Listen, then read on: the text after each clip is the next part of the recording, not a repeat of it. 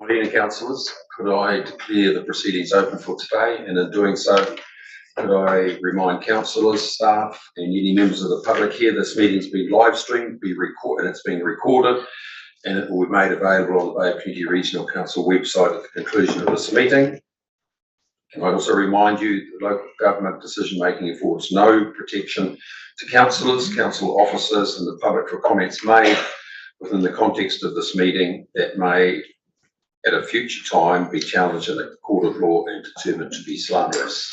So we'll start our proceedings with a karakia. Could I ask Councillor White?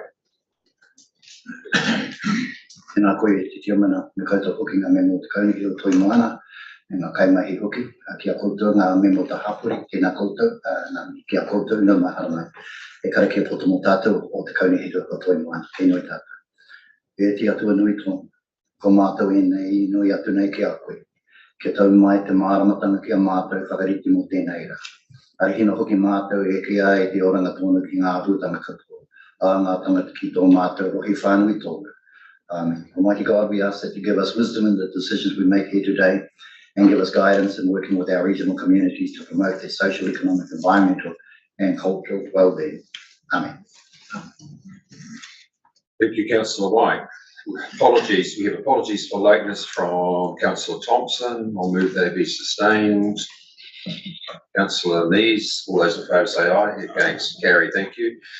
Item 3, public forum. There's no public forum. Item 4, items not on the agenda. There are none. 5, order of business. There's no change to the order of business. Declaration of conflicts of interest. 8.2, Mr. Chair. Thank you.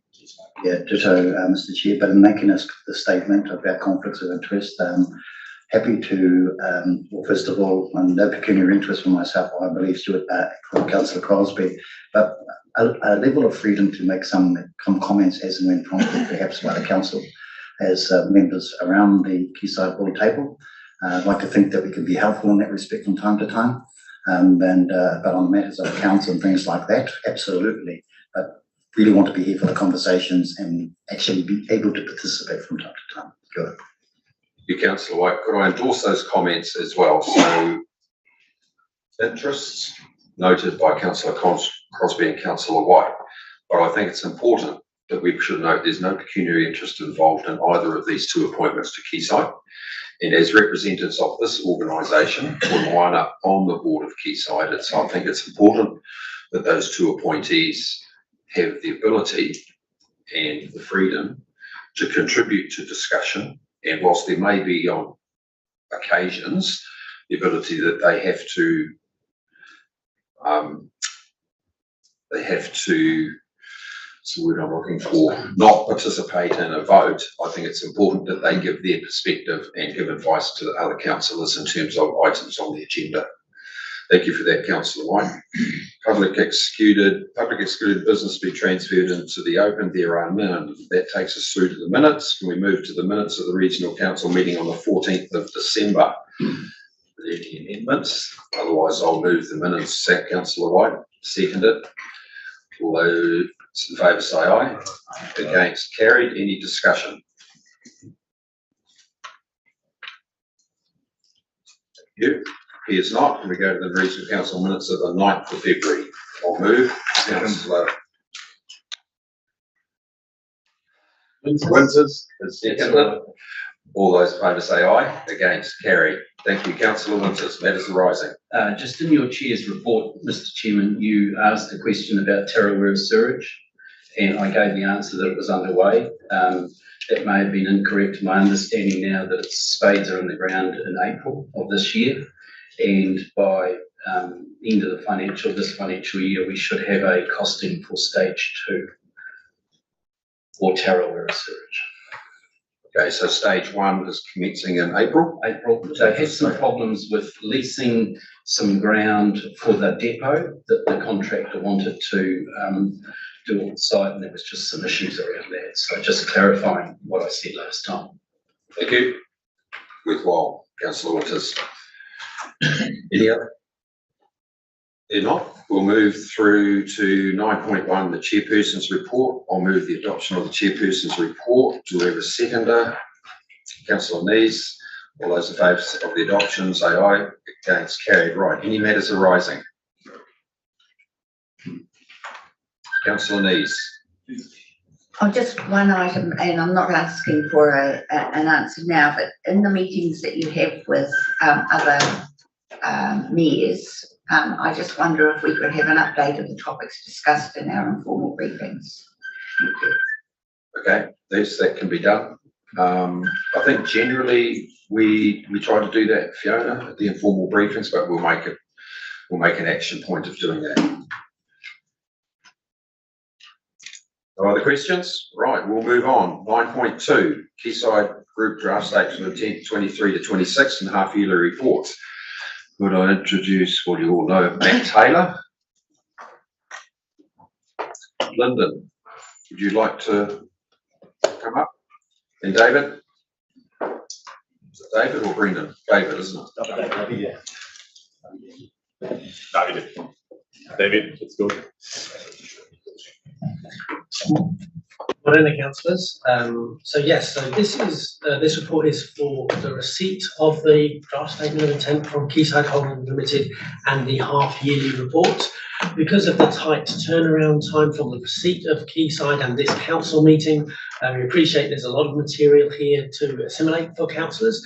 There is an informal briefing that is being arranged for councillors, currently aligned with your LTP workshop on the 12th of April, which directors of Quayside as well as Quayside staff are expected to attend and provide a more fulsome, detailed description of the information that's in here, as well as give the opportunity for councillors to read and, as I said, assimilate the information and maybe ask any questions. So I appreciate this turnaround time. There's 100 pages of material, some detailed financial information in here that you may not have had time to assimilate yet. But the intention was to receive it at a council meeting in the cycle that's laid out on page 37. Thank you, Mr. Chairman.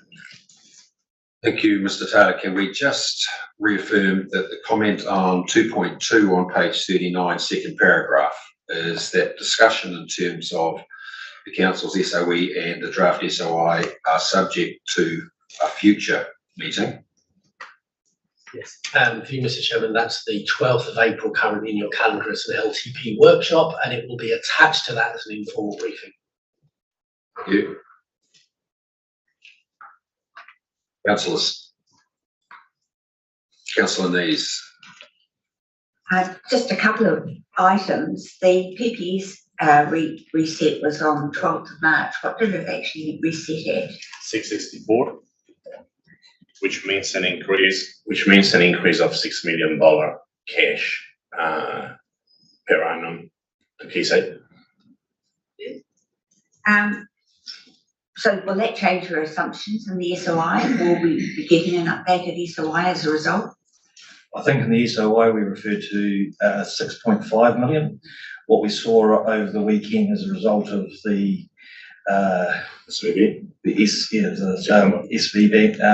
bank, and I guess some stress in the financial markets out of the US, we did see a drop in the 3-year swap rates. Unfortunate for those banks, but that did result in a quite a significant impact, I guess, or positive impact for us. That would constitute around about $1 million of additional profit back to us. That's excellent. Over 3 years. And then my other question was, in your report you report on investment assets, and I just wondered if it's possible to have an average return in your reports on private equity listed assets and the real asset portfolio. At the moment they're lumped in together, and it's a little bit hard to see how each is performing. No problems, we can do that. Would you like that done in our portfolio performance, or is that more to do with the financial set of accounts? It was really relative to the actual report itself. Sorry, it was. I'd have to go and find exactly where I saw it, but I think it was to do with the actual report itself. Okay, yeah, we can add that component, and we'll add that component to our quarterly portfolio performance. Thank you. And then there was just one other thing I did note it, on page 51 of our agenda, you've got the nature and scope of group activities. I just wondered, and I apologise to everybody because I'm a word freak. I just wondered whether there's some words missing at the bottom of the right-hand column. It talks about council policy must be sought prior to any change in the current Port of Tauranga. I think that means Port of Tauranga shareholding. Yes. Otherwise, we'd be hearing a lot of stuff, I think. Thank you. Noted and correct. Councillor Winters. Thank you, Mr. Chair. I'm just wondering, and this could be for a future date, the answer to this question, Mr. Chairman, but we are, or Quayside is a shareholder in PF Olsen to the tune of 40-something%. PF Olsen look after forestry contracts right across the Motul. And I'm just wondering, in terms of what we've seen in the Hawke's Bay, are PF Olsen engaged in forestry contracts in the Hawke's Bay, Gisborne region, and if so, what are the mitigation measures? It might be out of line, Mr. Chairman, but I'm happy for guidance from you, because I need to understand that the companies that we sharehold in are doing their best in terms of their mitigation to environmental damage. Thank you, Councillor Winters. I think it's probably appropriate that sort of discussion takes place on the 12th of April. But if there are issues similar to that which Councillor Winters has flagged, then we probably need to do it. So that you come to that meeting prepared, Linda? And I'm happy for that to be at a future date, Mr. Chairman. I'm just flagging it. Right.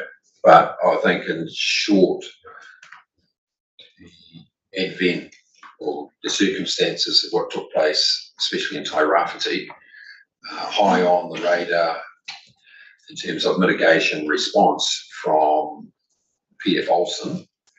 But we're only 46, isn't it, Lyndon? 44% shareholder in PF Olsen, but it's an issue that the directors from Quayside sitting on PF Olsen need to raise in the context of that particular meeting. I have no problem with you getting a brief on what their response is likely to be. Thank you for that, Mr. Chairman. Councillor Bob Adelson. Yeah, thank you, Mr. Chair. Look, I'm really pleased to hear that we're going to have it in depth in April. I felt there was not enough time to, the depth of knowledge of analysis needed for this is not there. We didn't have time to do it properly, to do justice to it. So thank you for that. And can I just ask the CEO of Quayside, Lyndon, to think about on the 12th of April, giving us a clearer understanding of the operations of Quayside. Out of the annual accounts, it's very hard to see what's happening, and the valuation methodology looks like you're assuming a 2% growth in each company per year for the 24 through to 26. That is that robust in the current climate we're in? And we noted that the auditor at our last meeting commented on that the problems with valuing listed companies, and we need to have some assurances as shareholders in your companies that we've got that right, because a lot of the added value shown in the books is unrealised capital gain. And so just with that, be alerted going into April. I'll be looking for some more in-depth into that area. Thank you. Thank you, Councillor Von Adelson. Councillor Scott. Along those same lines, and just sort of a heads up for what I would be interested in knowing about. On page 82, there's a table of unit holder funds to assets, and the opening balance is 70,000, but we've already got 70 million. Sorry, we've got 72 million. So just some of those numbers, I'm just interested in whether we're talking how estimates are arrived at there. Page 93, we talk about geographical risk, so that's probably a conversation that'll be interesting to have. A couple of items have been overtaken by events. Page 115 about the inland port, for instance, it's about to open, but it's actually opened, that sort of thing. And I can't read my own writing, I think it's 120 is about a 5% expectation for a rate of return, which sounds like a real loss. I'd be interested in a conversation about that. So it's just a heads up for those conversations. Thank you, Councillor Scott. I think, Lyndon, or councillors, there's a couple of aspects that I noted here. In terms of the SOE that we provided to Quayside, there's some material issues here. First one being that you need to get your heads around the discussion, because it's part of your LTP. What are the merits and or otherwise of the strategic holding that you hold in the Port of Tauranga? Because my advice is that whilst we had some discussion last year about it, that if there is to be a sell down of even one share, that needs to go out for consultation. So you need to get your heads around that.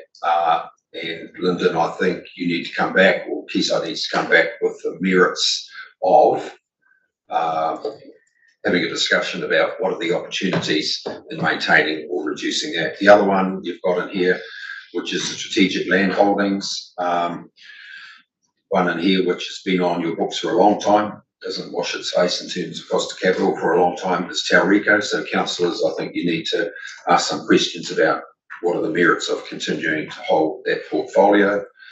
And the other one that I marked here, which is a material, and I would expect we need some material discussion about it, which is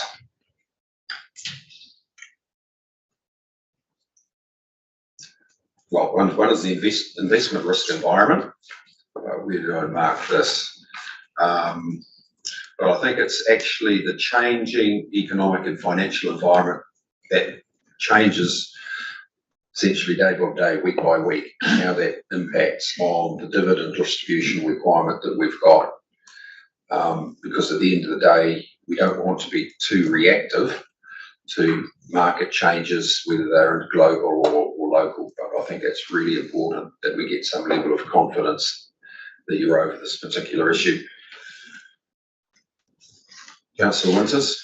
Just pick up on your point, Mr. Chairman, because I read in the text that Quayside felt that the dividend payments to us weren't sustainable going forward, and I'd like to know what they think the dividend payments are to be sustainable back to this organisation. So it continues on from your point, Mr. Chairman, for our 12th of April meeting.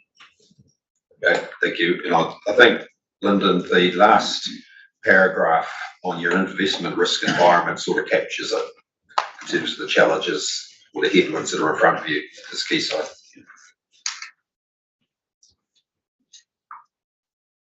You might like to make any other comments, Lyndon?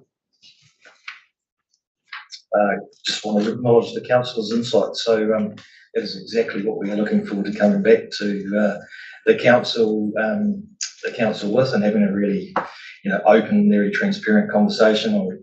I do recall my first hui here that made very clear to me that I had a responsibility to come back on a no surprises basis, and that is certainly my intent. So thank you. Nothing. Anything else, councillors? That's all right. No? Right. Thank you. Do we have to adopt the? Three recommendations. Here we are here. So the recommendations to receive the report, Quayside draft statement of intent, half-yearly reports. Notes council direction will be sought at future meetings and delegates to myself to approve any response to the draft statement of intent for the Quayside group. Noting that this is to enable council and Quayside holders to meet statutory timeframes for the process. Thank you. Thank you. Right. It's been moved and seconded. All those in favour say aye. Against, carried. Thanks, Linda. We'll see you next month. Thanks. 9.3, Local Government Funding Agency, Mr. Lecomte.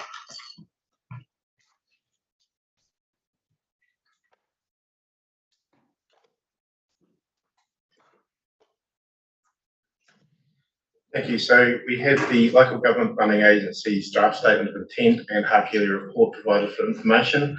Normally, the majority of the feedback is provided through the Shareholders Council. Your representative on the Shareholders Council is Kumaran Perumal, and here's a way today going through their strategic issues with LGFA and their feedback on the SOI. So primarily provided for information, although happy to take any questions. Thank you, Mr. Lecomte. Councillor Nees. Thank you, Mr. Chair. I was interested to see LGFA's new products, the GSS Green, Social and Sustainable Loans and the Climate Action Loans. And my question is, have we investigated the use of these funds and associated loans, and potentially what could be the benefit of those loans to us, i.e. the lower cost of interest? And what could we potentially fund using these loans, for example, river schemes, etc.? Thank you. So thank you. The GSS and green loans do provide a small interest rate saving, depending on the loan, between 2 and 10 basis points. So it primarily makes a saving if there are large projects that can be directly funded. So the first drawdown of loans from other councils have been for ongoing programs in that range of $100 million. Currently, our borrowing is at a smaller scale, and we operate it as a pool of funding rather than allocating directly to projects. So if we were to go down this route, it does require some change of our internal treasury practices. So we have looked at it. It doesn't appear to be a huge financial benefit straight away for our general course of business. However, we do acknowledge there is some benefit to trying to grow that market around the future of green and sustainable loans. The most apparent opportunities for us, and one which we've raised the possibility with Quayside, is the Rangiriri development could fit some of the GSS requirements, and also, of course, our river schemes ongoing. If we were to fund that as a program separate from other funding, wetland creation, those sort of projects could potentially be eligible. So yes, there are opportunities. We're looking at them, although they do bring some change of our internal practice to actually be able to benefit from those. So thank you. Anything else, councillors? Just a off-the-wall question. Given the LGFA invests in a lot of infrastructure through local authorities, with the advent of the Three Waters and the group entities, what would be the status of those loan books? Is it transferred to the new entity, or does the new entity just have to borrow again? Those discussions are still being worked through with LGFA, government, etc. So the current status, as stated in their draft reports, is they are assuming that those loans continue on their books. However, there's a lot of work to go through to confirm the amounts or to confirm whether those loans transfer or are still done by LGFA. We're just not in a position to be certain one way or the other on that at the moment. Okay, thank you. So those 4 entities, I understand, have been stood up, chief executives appointed. Are they actually operational in terms of, no, just the chief executives being appointed? Yes, so the back office set up, but no debt or assets have been transferred, or at the moment, as Mark said, the government are still working through the direct arrangements, whether it will be LGFA debt or not. So yes, still to be determined. Okay. Thank you for that. Any other questions? If not, can we have a mover and seconder? Councillor Von Dunson, Councillor Scott. Recommendations on page 131. All those in favour say aye. Aye. Against, carried. Thank you. 9.4. We have Mr. O'Connell. Chair, just considering ask him to jump on soon as he is able to.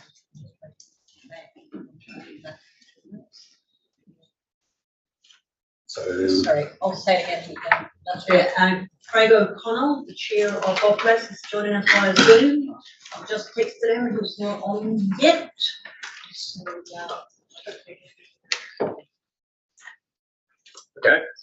He wasn't expecting us at 5 to 10, so we will go through to 9.5, fees and charges policy. Mr. Lecomte. So 204 of your agendas. So thank you. We've discussed the proposal to increase fees and charges at the previous annual plan workshop and went through the alternatives around that and the rationale. This report, we're seeking your approval to commence public consultation on increasing fees and charges.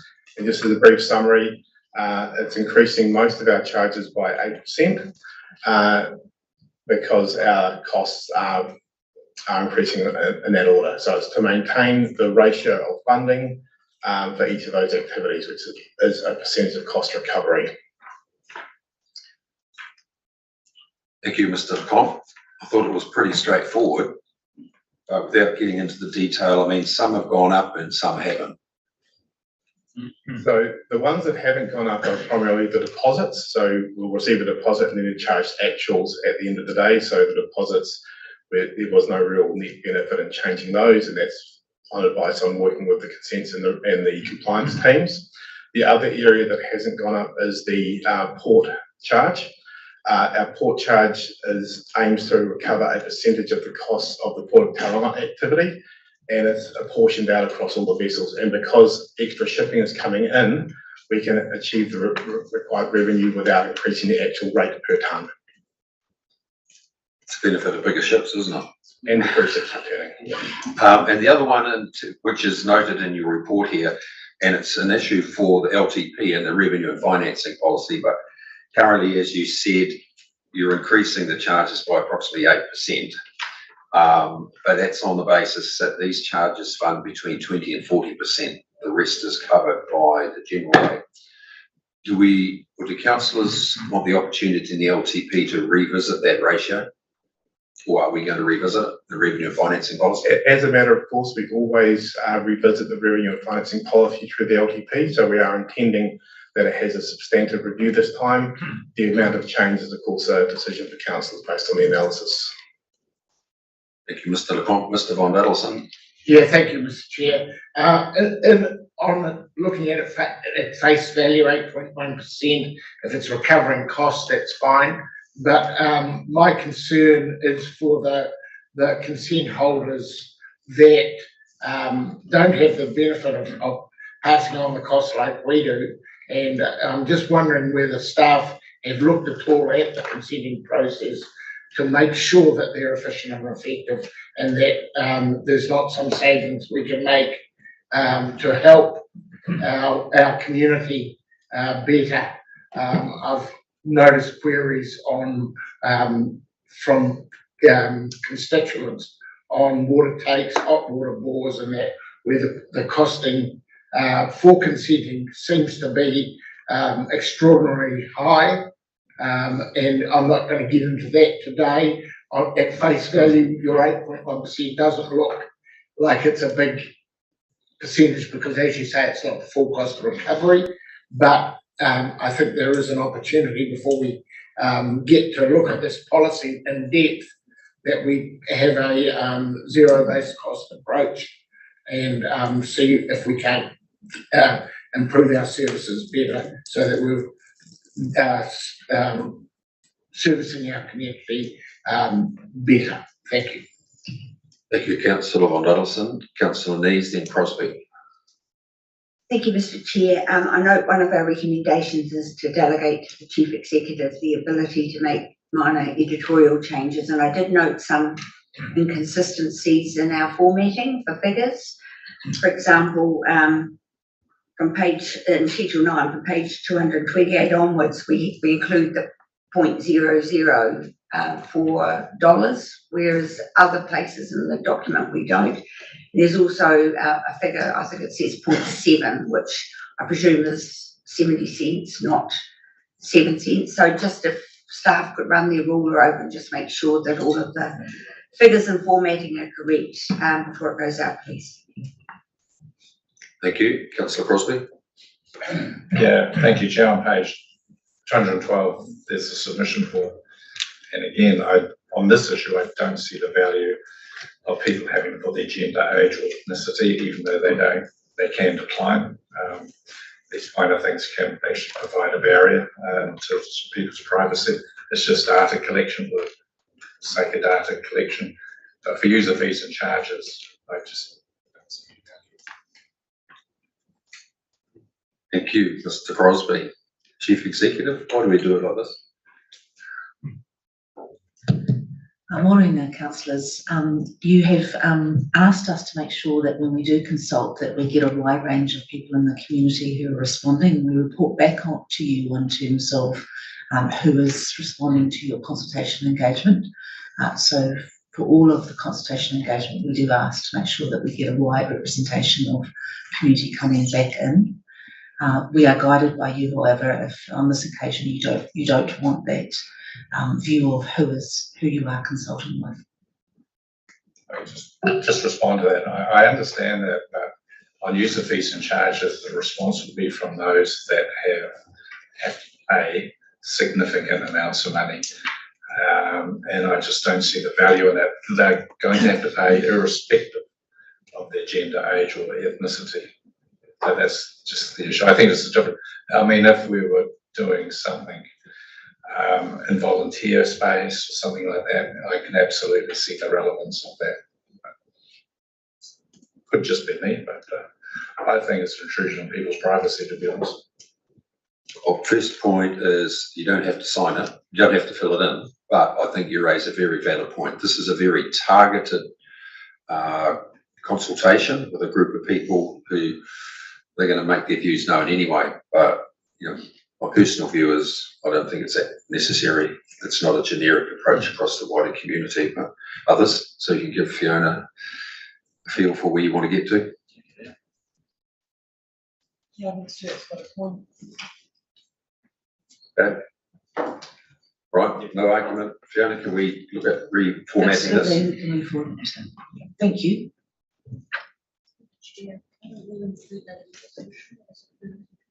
Thank you. Councillor Shirley. Yeah, really just a point of clarification. The user fees and charges, 8% increase is an absolute figure, not a real figure. I'm just wondering why we have the inconsistency with our general rating. We put the real figure, whereas this is absolute. This is really just an inflation adjustment, a little bit more. But with our rates, we discount inflation and growth. So I'm just wondering why we have that inconsistency. The reason for the inconsistency, the way the legislation around the consultation on fees and charges means we must consult on actual dollars. So it has to be on that nominal dollar to dollar basis. And our LTP, we set our rates increases and our targets and limits and rates increases on the real basis. So therefore we are obliged to continue on that basis until such time as we change that approach in our LTP. Just on that point, I would have thought that same discipline would have applied more to the general rate increase. What people really want to know, what's the absolute dollar increase?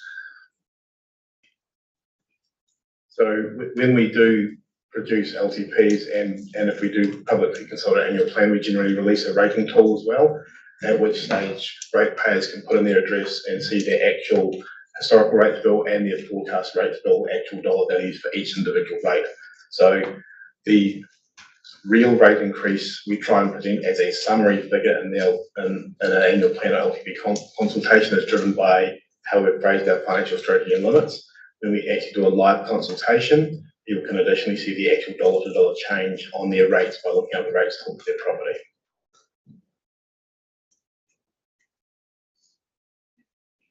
Thank you.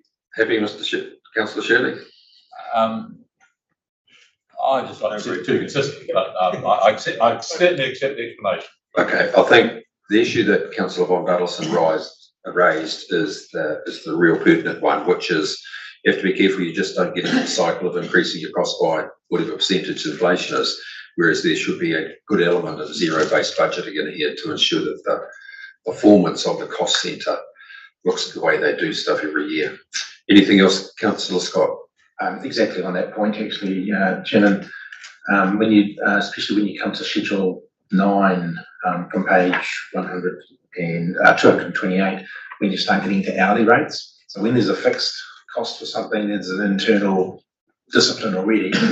But I'd be interested in knowing that we don't just expand the number of hours we do, and we keep a tight discipline on that as well. Thank you, Councillor Scott. Right, can we move to the recommendation on page 204? And Connor, are we going to add something as a bullet point 4, which is, in my words, something like, I don't know what you've got there, but it's essentially reformatting or going back to look at the feedback form. So what I've done is simply on the resolution 3, I've just at the end added including removing the question regarding age, gender, ethnicity on the submission form. So it's really clear. Okay, so with that addition, everyone clear? Moved Councillor Thurston, seconded Councillor Winters. All those in favour say aye. Against, carried. Right, can we go back to 9.4? 175. And we have, he was here a minute ago, Craig. Welcome, Craig.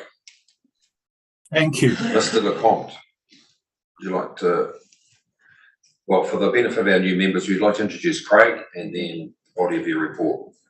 So, thank you, Mr. Chair. Craig O'Connell is the chair of BOPLAS, the Bay of Plenty Local Authority Shared Service Organisation.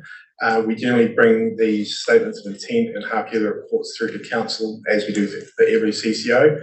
Over the past while, there have been a number of questions arising from councillors, so we've endeavoured to bring along representatives from the board. Craig's attending this time to make sure that we can fully answer any questions in detail that you may have. Craig, your opportunity to speak to the councillors. All right, thank you. Firstly, thank you for this opportunity. And secondly, apologies for Stephen Boyle, our Chief Executive, who is on leave. So just for those councillors who I haven't met, I am the independent board member and chair of BOPLAS. And we are today just talking about the SOI and half-yearly annual report. And what I'd like to do first, if I might, is just to provide a bit of context to outline what we have achieved in terms of cost savings and contribution. So in terms of the last financial year, the contribution from the Regional Council has been just under $60,000. Our estimated savings for the same time period, the 21-22 year, is, and I'm just reading off Stephen's work, just over 300,000. Now we accept that some of this is difficult to measure. Savings over periods of time are not that easily established, so we have taken a relatively conservative approach.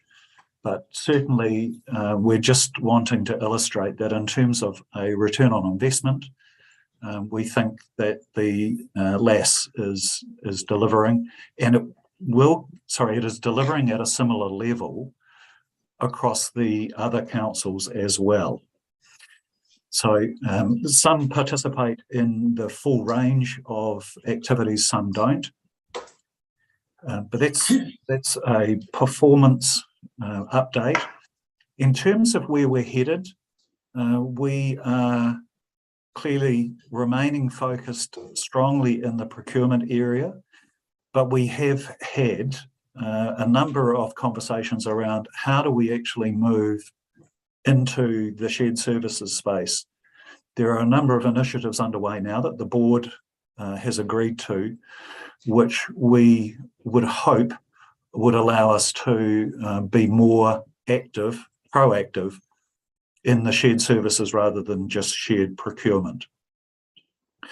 So there's a quick update. My intention was to provide you with the majority of time to ask any questions that you might have of the LAS. Thank you, Craig. Councillor Thompson. Yes, thank you.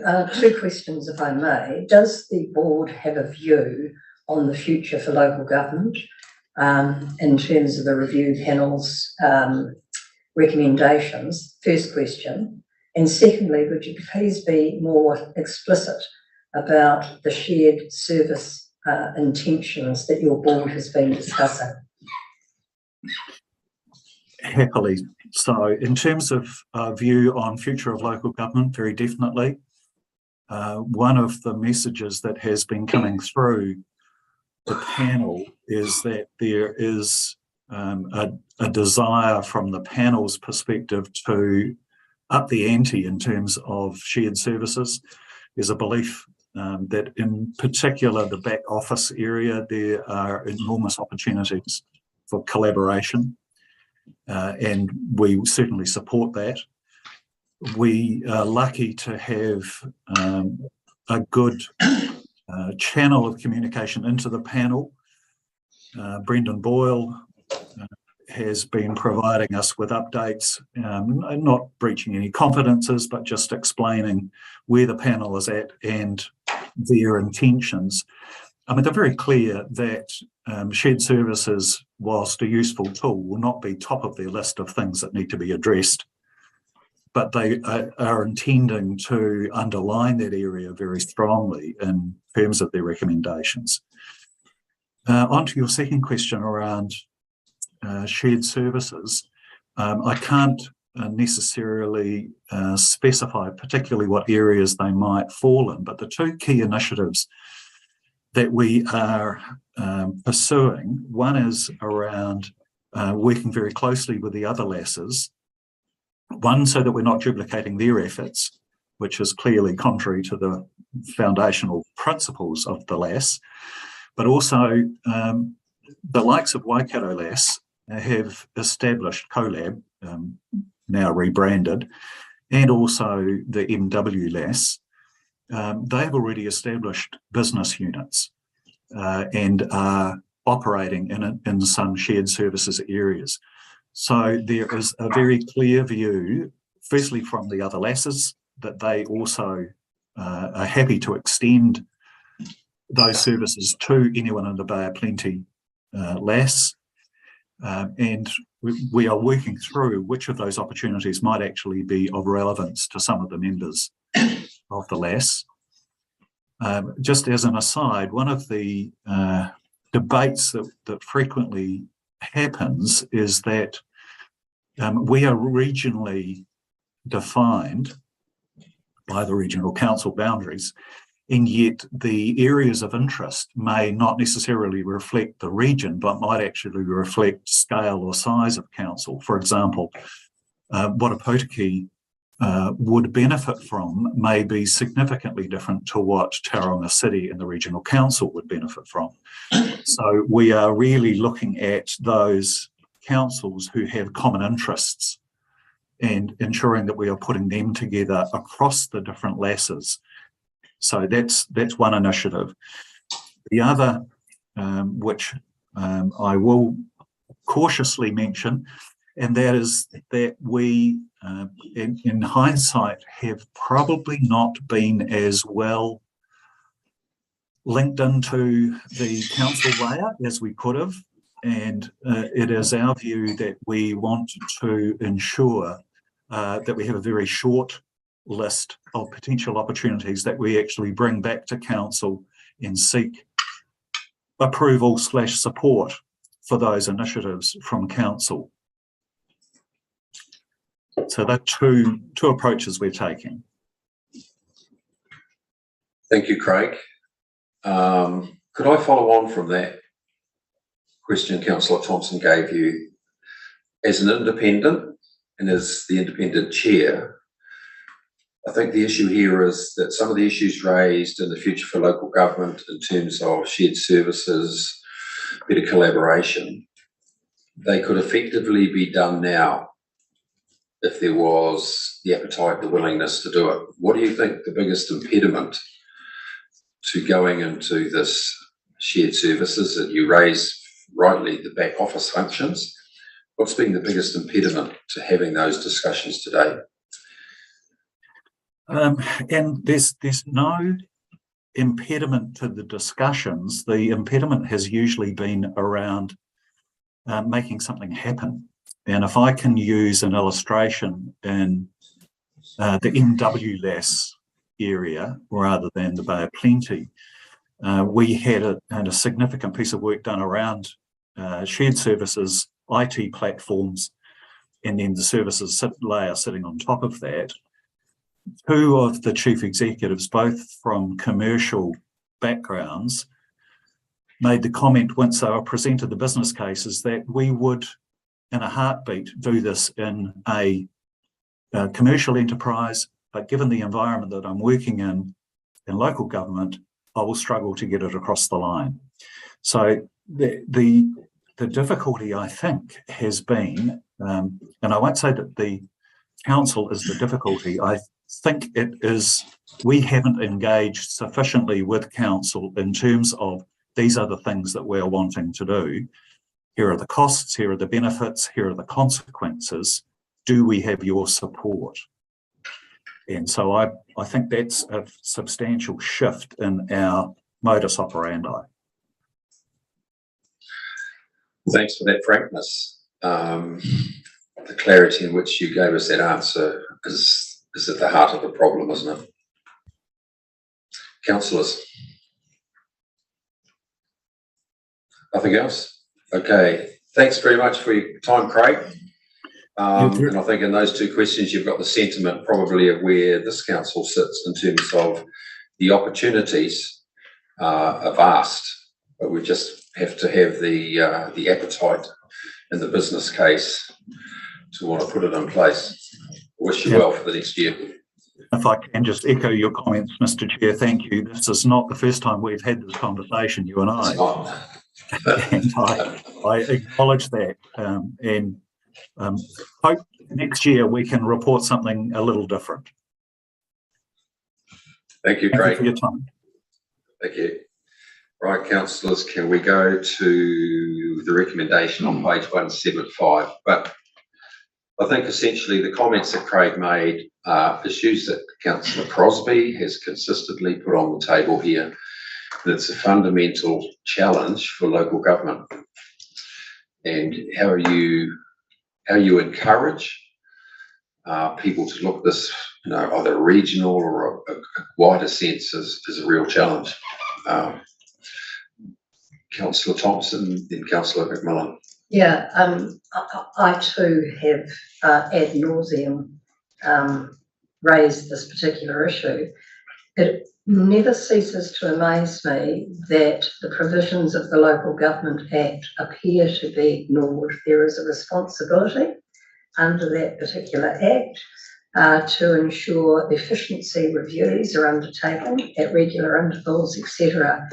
And frankly, it behoves the governance of local government to actually understand that and do something about it in terms of demanding accountability under those efficiency provisions. Hearing the lesson. Councillor McMillan. Yeah, I just was wondering what is the fundamental root cause of that? Is it territory kind of patch protection type scenario? Yeah, well, I suppose why is that a challenging relationship and collaboration? What's at the very heart of that?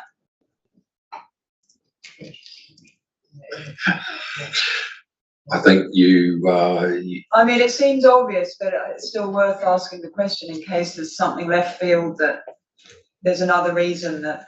I think I'll come to Councillor Crosbie, but in my view, Councillor Thompson's right. We talk about this every year, and some of the impacts that drive this are the makeup of BOPLAS, essentially the chief executives of the respective entities in the Bay of Plenty here.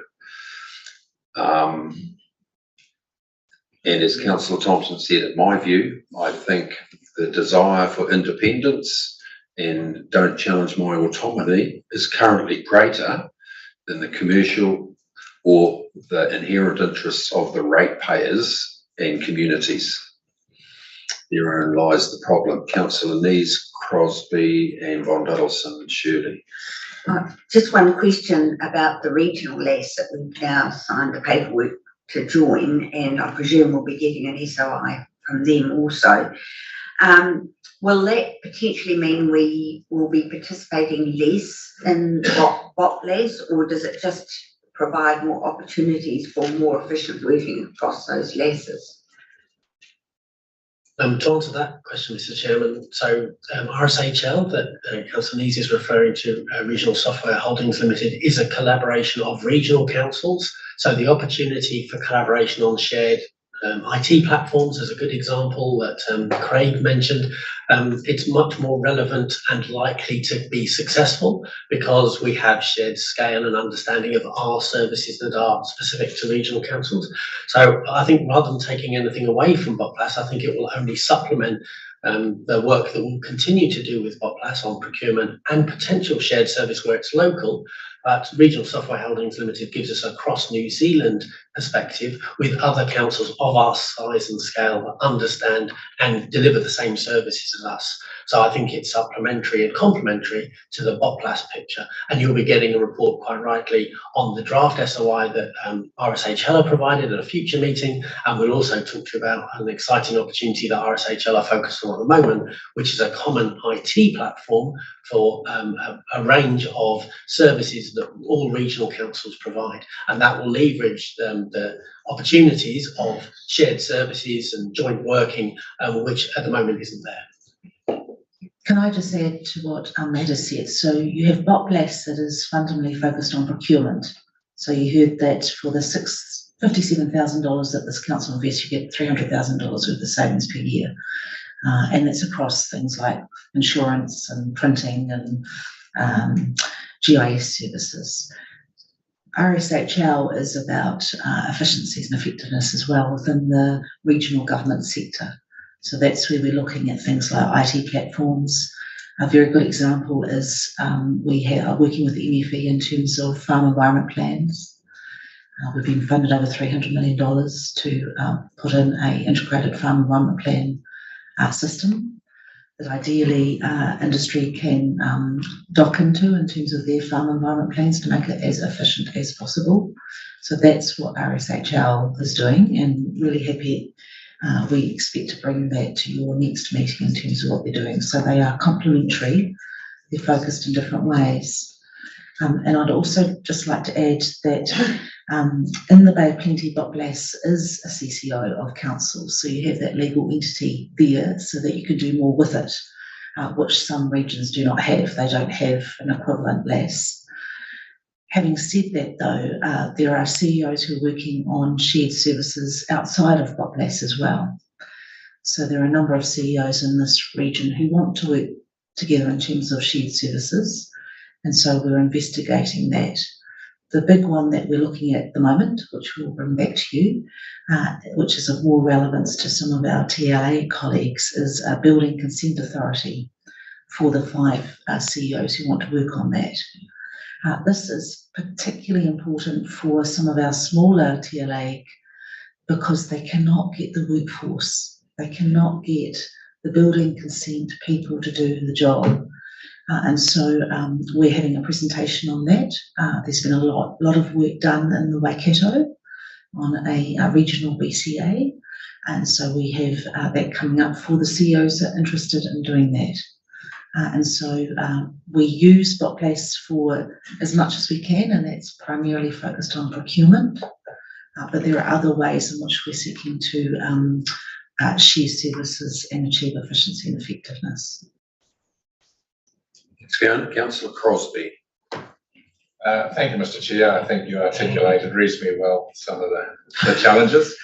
And I'll give you an example. Years ago, we tried at TCC to work with Western Bay on animal control. The fundamental reason why it didn't come together because we used different fuel cards. And I'm not joking. And so every excuse under the sun was presented why it wouldn't work.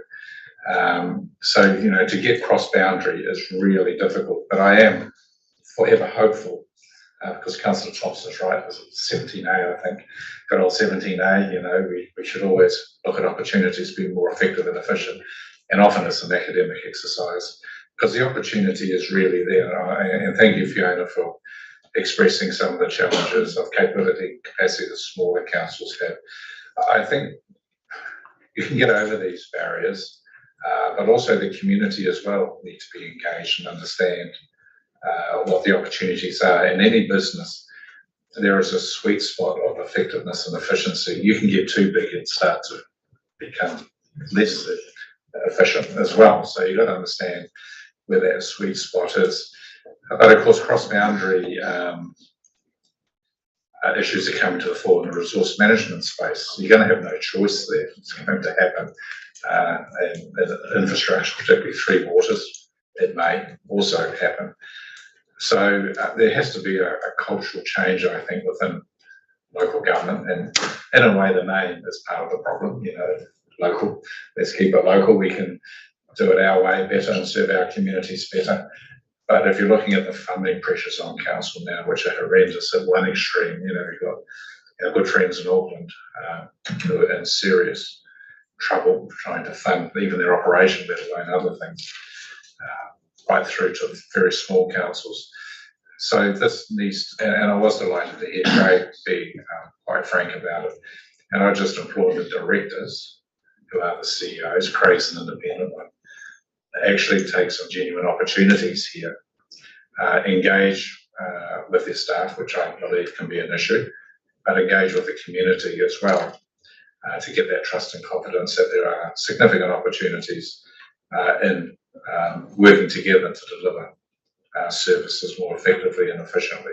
I think the time has come, if ever there was a time, it's right now. Thank you, Mr. Crosby, and Mr. Von Duddleson. Yeah, thank you, and thank you, CEO, for that explanation, because I think that's very useful.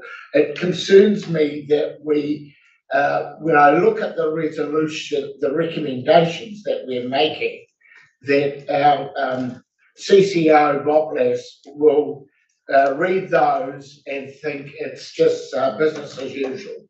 And I think, yes, we've been talking about efficiency and effectiveness and the ability of using this particular CCO to really make a difference in efficiency and effectiveness. And I think we're just playing with it at the moment. And I would like to see the recommendation beefed up so that at least it's on the table rather than just saying agree to no formal feedback is required. I think the wording does not reflect the discussion we've had this morning. And so, Mr. Chair, I'd like you to, I'm not going to work the appropriate wording, that's your job, you're the chair. But I think we need to beef it up a little bit. Thank you. Thank you, Councillor Von Duddleson. And whilst the Chief Executive is working on that, because I think it's a good suggestion, Councillor Shirley. Yeah, I'm a bit sort of confused and disappointed.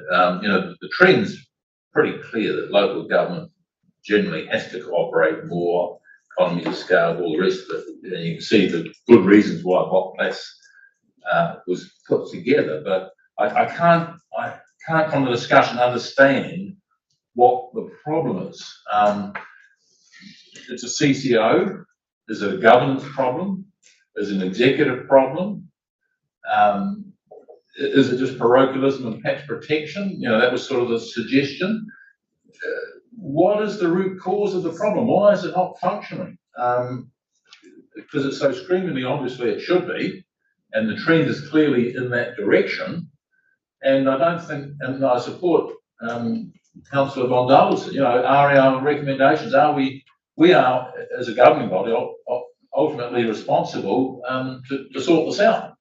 It's no good just sort of leaving it to sort of personality conflicts or whatever the problem is, but I just don't think we've identified the problem. Thanks, Councillor Shirley. The fundamental problem is the partners of the CCO are all autonomous entities in their own right. And therein lies the problem. The appetite, whether it's at an executive level or it's a governance level, to surrender or collaborate whether it's FTE numbers, whether it's revenue, are all issues that I think cloud the section 17, is it, Councillor Thompson, in terms of being able to deliver better services to the community. So I sum that up as petty parochial patch protection. Well, as Councillor Crosby said, you know, he's been at the forefront of this, and when you have an initiative in terms of a shared service for doing animal control, and it falls down on the basis of you would have different fuel cards, you've got to shake your head and think. Mr. Chairman, could I make a suggestion for Yes. a further recommendation? And that is number 3, that the Chief Executive report back to Council on the shared services opportunities for Bay of Plenty local government. Thank you. And in addition to that, I wonder if we can also capture, if you'll be happy with the recommendation that is to BOPLAS, that agrees that the Bay of Plenty Regional Council feedback on this draft SOI is that the final SOI provides more detail on the progress made on shared services, including a specific performance target to achieve greater efficiency and effectiveness. That's why you're the Chief Executive. That's superb. Thank you. I'd be happy to move. Thank you. Councillor Campbell, then Councillor White. Yes, Chair. Look, I'm going to lay my cards on the table here because I have had a little bit to do with this in the past.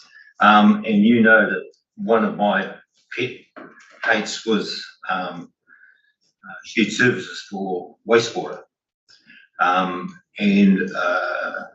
What concerns me that there's some direction, we might be looking around the table to say there's some parochialism from the smaller councils, but when you see that a number of small councils are possibly working together to save, rather than be dragged into a lot more expensive business plan by the big boys and girls, does concern me, because twice now that my council that I was on have had our 2 councils that are close to Kawerau turn down some offers, and that just really irked me over the years, and you know that.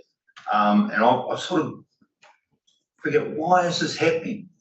I'll be so brutal. It's happening a little bit further down the pecking order, to be honest, Councillor Shirley. And there's a whole lot of parochialism within offices that really need the CEOs to get hold of them. And if it was a business, like I do, Sort it out by Tuesday. sort out by the boot and sort out by Tuesday, exactly right. So I'm going to be that brutal about it. Thank you, Councillor Campbell. But essentially, the people in charge of level 2, 3, or 4 in an organisation are the chief executives. So the buck ultimately will start with them. Councillor White.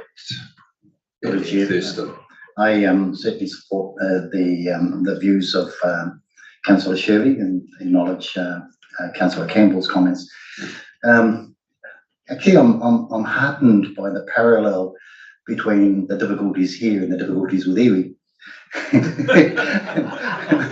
I'm heartened because it's certainly, if you can answer this, then you can understand where we stand in the context of trying to bring iwi hapu together as well as the entities together, and the comments we make about multiple groups speaking individually, all those sorts of things. I found this really, really heartening in the context of where we sit. So I just want to make that comment. There is a definite parallel, and that if you come up with a solution with BOPLAS, then you find a solution to iwi as well. I think, Councillor White, not to be flippant, it's either commissioners or it's really good leadership. That's what it's about. Councillor Thurston. Thank you, Chairman. I just find this whole debate another piece of deja vu for us, because how many times have we debated this over the many years we've been sitting here? But I just wanted to say to you, down the far end, Councillor Shirley, you're incredibly perceptive, and I don't think you need to worry about an explanation coming your way. But I just feel like this falls straight into the hands of the reformists in the future for local government. So if they can't see that coming, then pretty sad. Right, thank you, councillor Thurston. So can we move to the resolution? Tona's going to put up the addition to it, but I think this discussion was a really good discussion. It emanated from probably a rather, procedural type of report, but I have to acknowledge that this issue gets raised annually within this council chamber. So, yeah, with the addition of bullet point 3, agrees the BOP feedback on this draft is the final SOI includes more detail on the additional shared services, or you can read it, to achieve great efficiency for ratepayers in the region. I wonder whether we should refer to the communities as opposed to just ratepayers. I don't know. I mean, it's just wordsmithing. Yeah. Communities. So Chairman, as a point of clarification, the Chief Executive is going to come back with what she would describe as being missed opportunities. Is that oversimplifying? Yes, so it's been written in a way that you are requiring the final SOI to provide this information. So that is your view as a shareholder. So it is not through the CEO, it's actually the council requiring this. Right.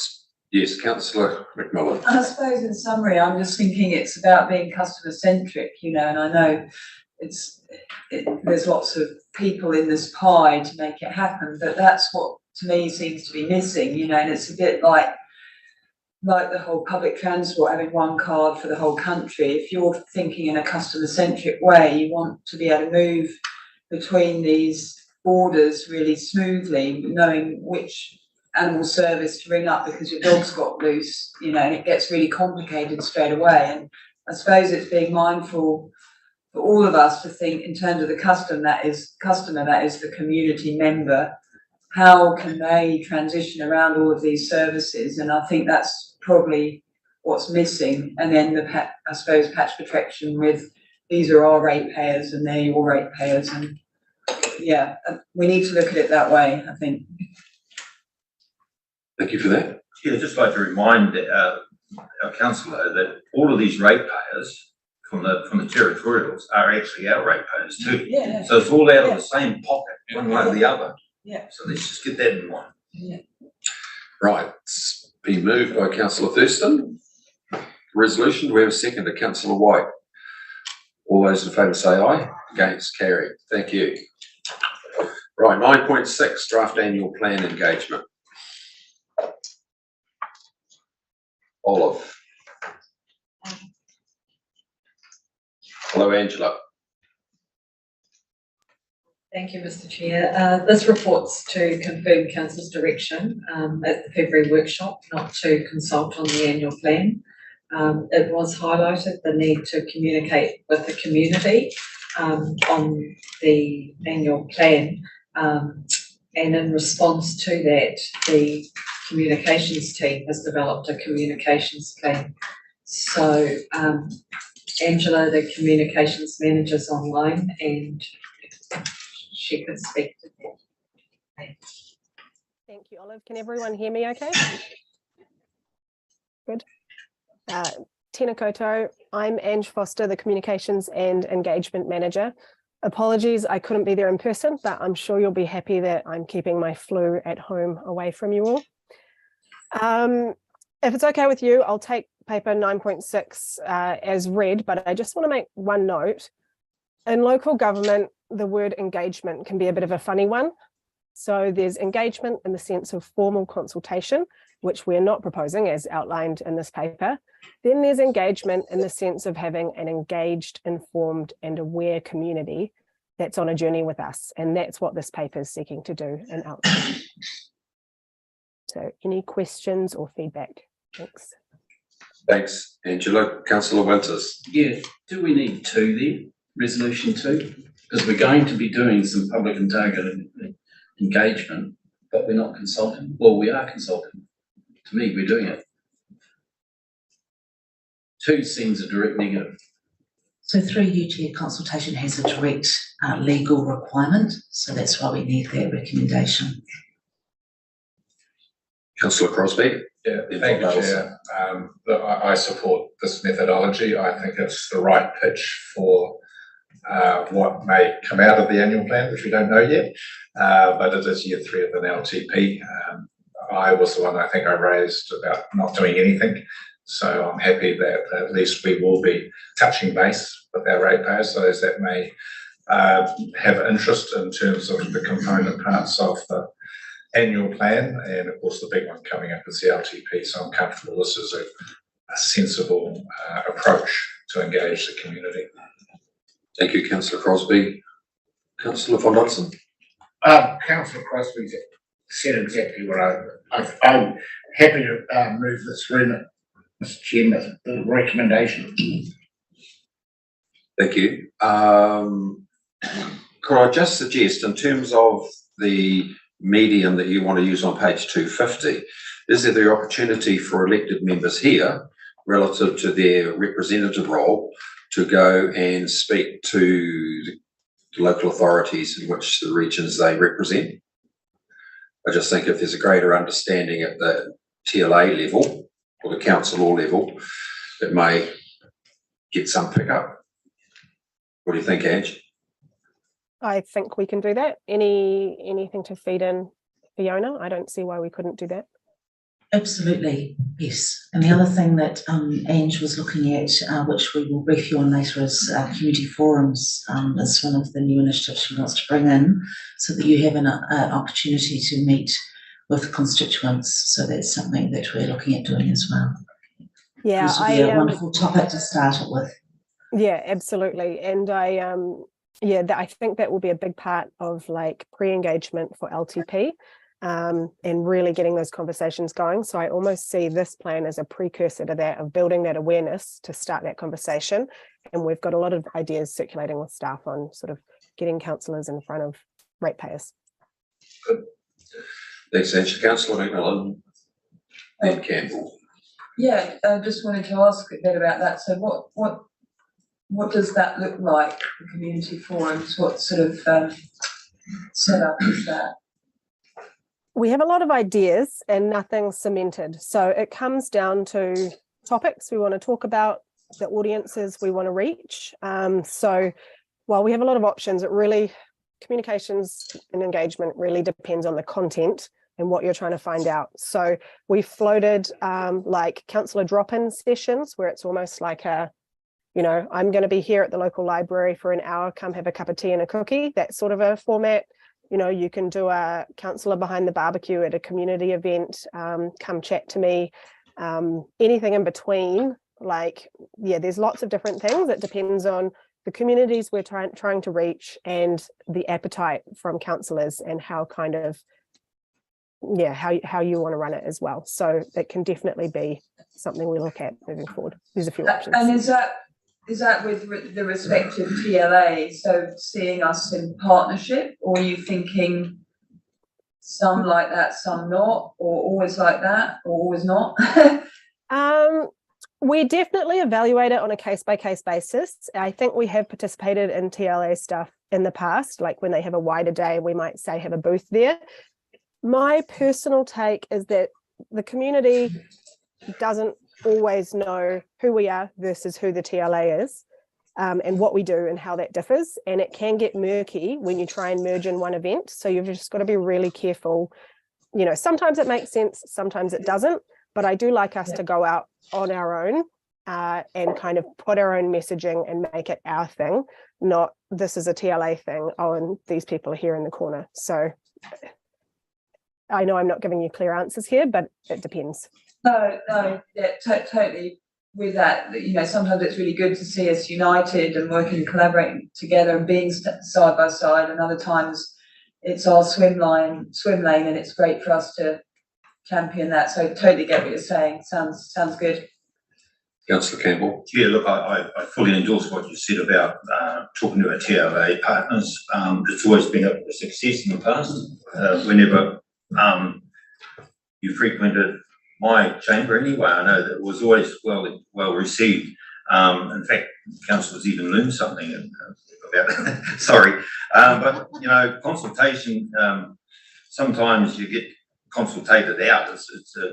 That's part of being a councillor, and all I can say is, it's still just as difficult to go down to Mitre 10 on a Saturday morning as it was when I was a mayor of Kurrawa. So, but people want to know what's going on, so it's good. But yeah, please, let's go and talk to the TLAs, because they don't know what the hell we're up to. Thanks, councillor Campbell. So the resolution's been moved by, was it councillor Von Dallison? Seconder? Councillor McDonald? All those in favour say aye. Against, carried. Thank you. Can we move on to question 9.7, Mr. Taylor? Do you want to deal with this now, or do you want to deal it, because a component of this where you might get questions is the Bancorp? In confidential, Mr. Chairman. So we have the public report and a confidential appendix. So I'm happy to answer any questions about the report, but the information in the appendix is confidential. Okay, so can we deal with this now? Yes. Right. So councillors, we go on to 9.7 on page 252. So the resolutions are there. That is essentially meaning that you read the maturity dates on some of these loans. There are some loans that are maturing. Well, you got it there, $45 million, and they were at a very low interest rate. So this is giving the chief executive authority to renew those loans, and the text of this discussion and the advice is essentially go short rather than long. Well, I covered it off? Perfectly, Mr. Chairman. So much better than I would have summarised it. Thank you. Councillor Crosby. Thanks, Chair, and thank you for the report. I know, which I agree with, the terms are quite short, 1 or 2 years, which gives us the flexibility to consider our broader treasury management over the LTP. I'm assuming that and rates could change as well. So I don't think we should have a knee-jerk reaction to this, but take it carefully and spend a considerable amount of time in our LTP understanding our future treasury requirements in more depth. And so I do support the short-term part. I think that's sensible to give us flexibility moving forward. Need to move, Mr. Crosby? Yes. Councillor Crosby, Councillor Winters, second. All those in favour say aye. Aye. Carry. Thank you. Right, before we break for morning tea, we'll do 9.8. Yvonne.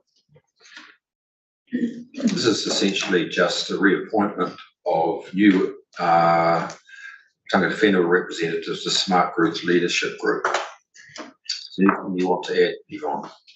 Not really. This is an administrative process. All the three local authorities have been asked to approve the same set of recommendations.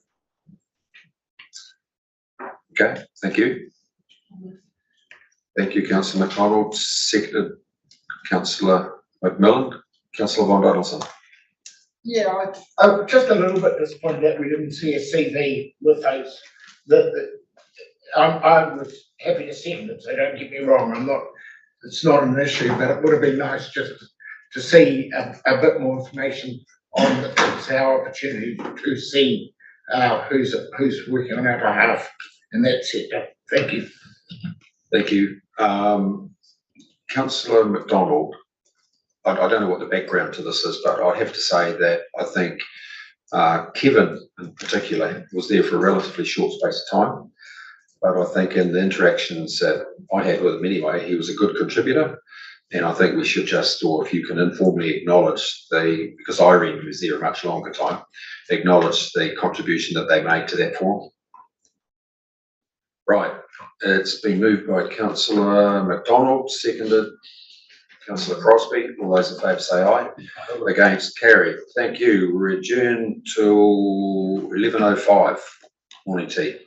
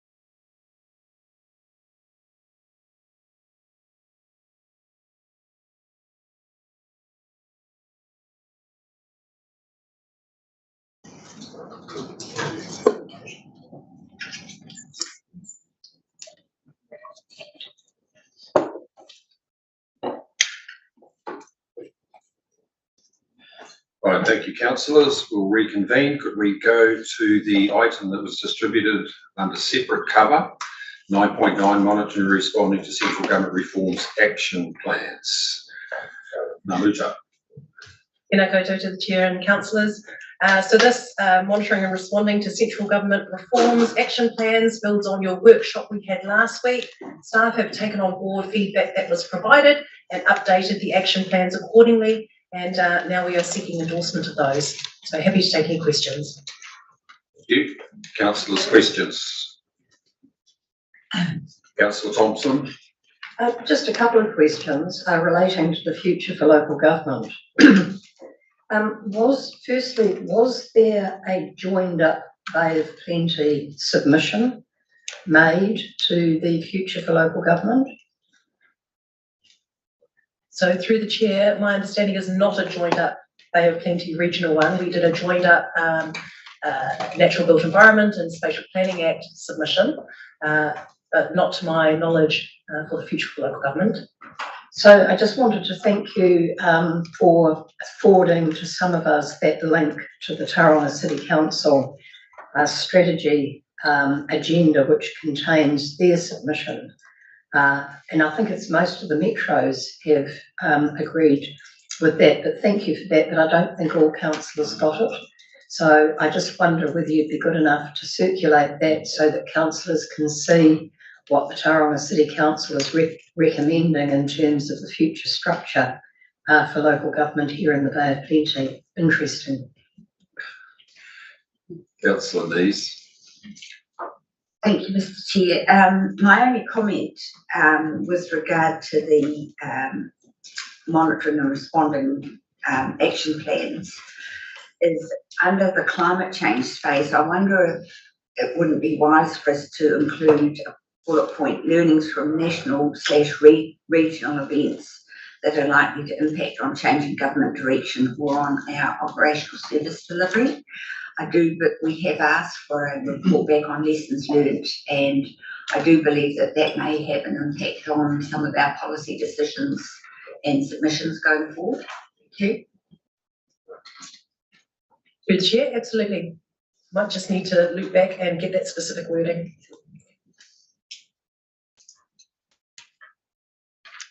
Namuta, can I ask a question?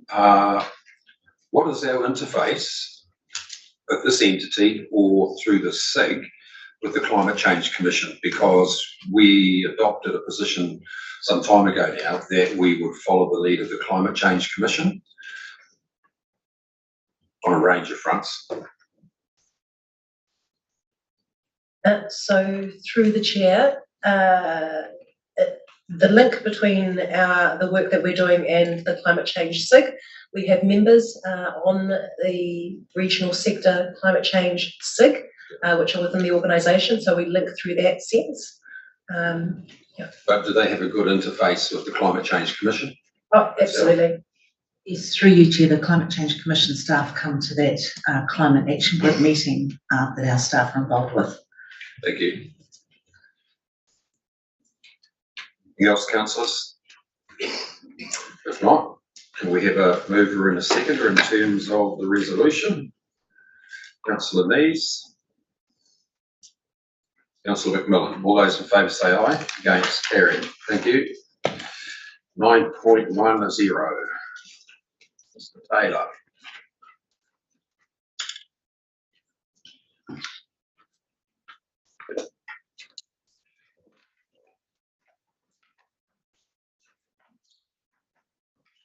Matt, would you like to, well, we know Olive, but would you like to introduce Carlo? Because I think new addition to the team. Yeah, through you, Mr. Chairman. So Carlo on my right hand side and Olive on my left. So Carlo is the team leader for our financial management accounting team. So he'll be able to answer all the tricky questions on financials, and Olive does the non-financial elements of this report. Thank you. Yes, so joined by team members, and we've obviously got other members of the team in the back, like Mark, who can answer some questions on treasury should they come up. So yeah, this is your half yearly report for the current financial year.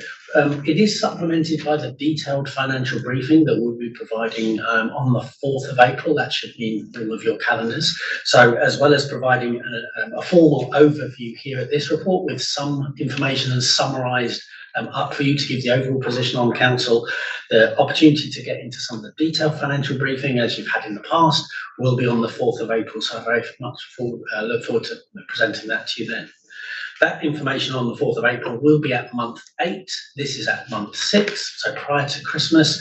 And some of the highlights in this report talk about things like our capital programme delivery. You'll see from the high forecast end of year as at the end of December, that is somewhat unrealistic now. I don't believe that 34 million that's shown in here, which does take us back to a pre-Christmas estimate, with the inclement weather that we've had since Christmas and other issues that have arisen, I don't believe that will be the forecast that I'll be able to present to you in April. It'll be a much lower figure than that. We've already had some of that information flow through to your annual plan for the coming year.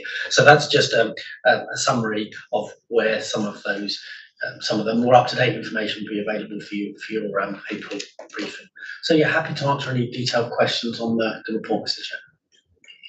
Thank you, Mr. Taylor. Councillor Nees. Thank you. I'm really looking forward to that detailed financial briefing because there were a couple of things in the report that I was thinking, yes, really.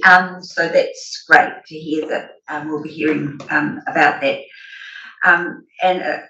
My first question is about one of those points on page 282.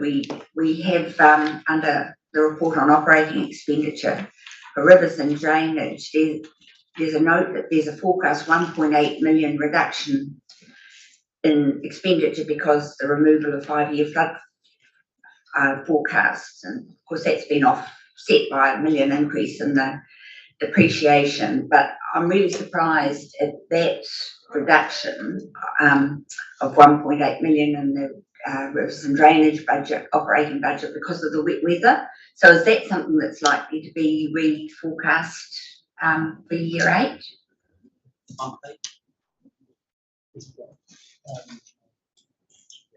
So, Chris, I don't know if you can answer that question, particularly the underspend on rivers and drainage scheme and the reduction in expenditure there. I think that would be something that's reforecasted every month. So we'll have Mark Cansey shortly talking about specifics of underlying projects that's related.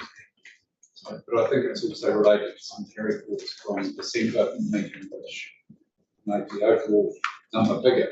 Right. So we've got sort of 1.5 years budget. Just one. Okay, thank you. And then just one other question. On page 87, our FD figures are at September, and yet the commentary does mention the summer students.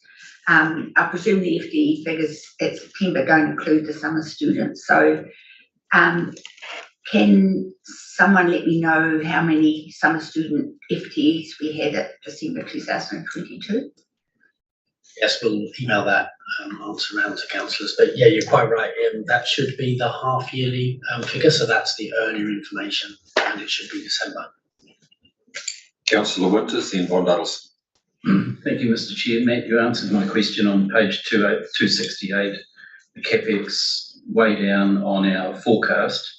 But my question is, before Christmas, we asked for a bit of a review on our capital expenditure program. That's still coming to operations and monitoring in June? So through Mr. Chairman, we did a deliverability review for in-year, and for monitoring and ops, you asked for the a wider review on that across the whole capital programme length, so not just the in-year monitoring. So we did deliverability review for this for 22/3, and that will come to your April meeting. We then did it for the annual plan work, for your annual plan workshop, and I think we highlighted the figures were 28 million for the coming year. But also monitoring ops will look at the wider programme, not just in a particular year, usually over that sort of 3 or 4 year life cycle of a capital project. Thank you, Mr. Chair. My question relates to page 282, public transport, and it states forecast a 2.8 million higher than budget due to blah, blah, blah. And I get questioned by several councillors in this room who say, how is that possible? When we've got a lower level of service, so we don't have, with the weekend service only operating with the bus timetable in Tauranga, for instance. And the answer I get back, there's indexation uplifts, exactly what it says here.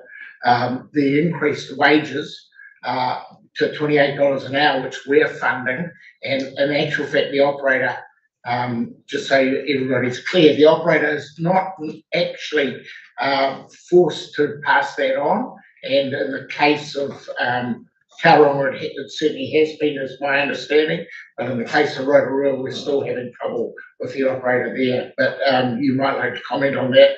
But can you give me a bit of a, for the benefit of everybody, a good explanation as to why we're paying 2.8 million higher than budgeted for a service that is at, I don't know what percent is it? It does depend on which particular routes you're talking about. So some services are almost full on and others are that part-time service. So it would depend on the particular route that gets reported to PT committee. On that particular item, Councillor Gundallison, even though we are forecasting the higher expenditure, we also are having the higher revenue on the earlier page from Wakotahi. So some of that indexation increase is covered by the Wakotahi funding. So the net position is an increase to the regional council. So we have adjusted, we've done service level variations for our contractors for the reduced service, but there are some fixed costs that you still have with the service, even if it's running at a lower level of service to the customer. So the service level variations have been done, and this is now working through with us claiming back from Wakotahi as much of that funding for either the half price fares and the supplement they're providing for that, as well as for the increase in indexation, because the higher inflation means that that indexation is much higher than anyone had budgeted for, because inflation, as everyone knows, is higher than everyone estimated a year ago. Councillor Macmillan. Just wondering about it's probably more of a Karen question, but the rolling staff turnover increase seems to have gone up 2.5%. Any explanation for that? I know it is a strategic risk that it's hard to get good staff, and good staff are highly sought after by other organisations. Do we have any explanation of why that might be? And is that is that an alarming increase, or is it still? I can't remember what the sort of national average turnover figures are currently in New Zealand, but yeah, should we be alarmed, and do we know why? Thank you. I can answer that one. So the benchmark standards for turnover is between 10 and 12%. That's what you aim to achieve. Compared to other local government entities, we are well below in terms of turnover. So many local government organisations have turnover in the 20s. There's no other regional council that has the turnover that we have in terms of being low. We do get staff that are headhunted, for want of a better word, into central government agencies and into consultancies. We are not in the position to pay the remuneration that some of these entities do pay to our staff. And so we seek to retain our staff through the culture of the organisation and what they can work on. So in this organisation, a number of staff have delegated authority in terms of how they work. We're comfortable with that turnover. It is within the benchmarks that we set. But we are concerned that we are getting key staff headhunted by government agencies and consultancies in particular. Yeah, thanks. That's exactly what I thought was the case. Thank you. Councillor Scott. Yes, I've 4 key questions. Staying with the HR on page 286 and injuries by category, and under illness, there's a significant number, and I'm just interested in what our exposure is in terms of workplace health and safety. I'll answer that one again. So our systems require people to report through Vault if they've had COVID. So this is a way that we can track COVID. So while at the start of this week we had no COVID cases, we do averaging about 5 cases over the last wee while. And so we use our health and safety system to ensure that we are tracking COVID. And that is the illness, the predominant illness in this category. I was rather hoping it wasn't things like, you know, workplace contracted illnesses, sick buildings and that sort of thing. So going back to page 280, there's a mention that there's comment there about fees and charges revenue being significantly down. We've got a sense of what services are not being demanded or what's not happening. You just point out the page. Page 280.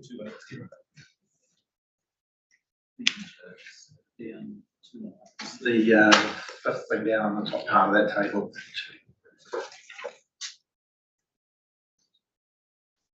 Fees and charges, Matt. Top box. Yes, Mr. Operating Chairman. revenue.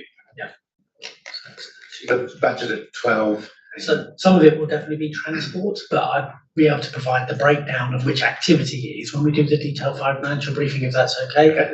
So I can't get the breakdown of each individual activity, but we will have that in the background in the system.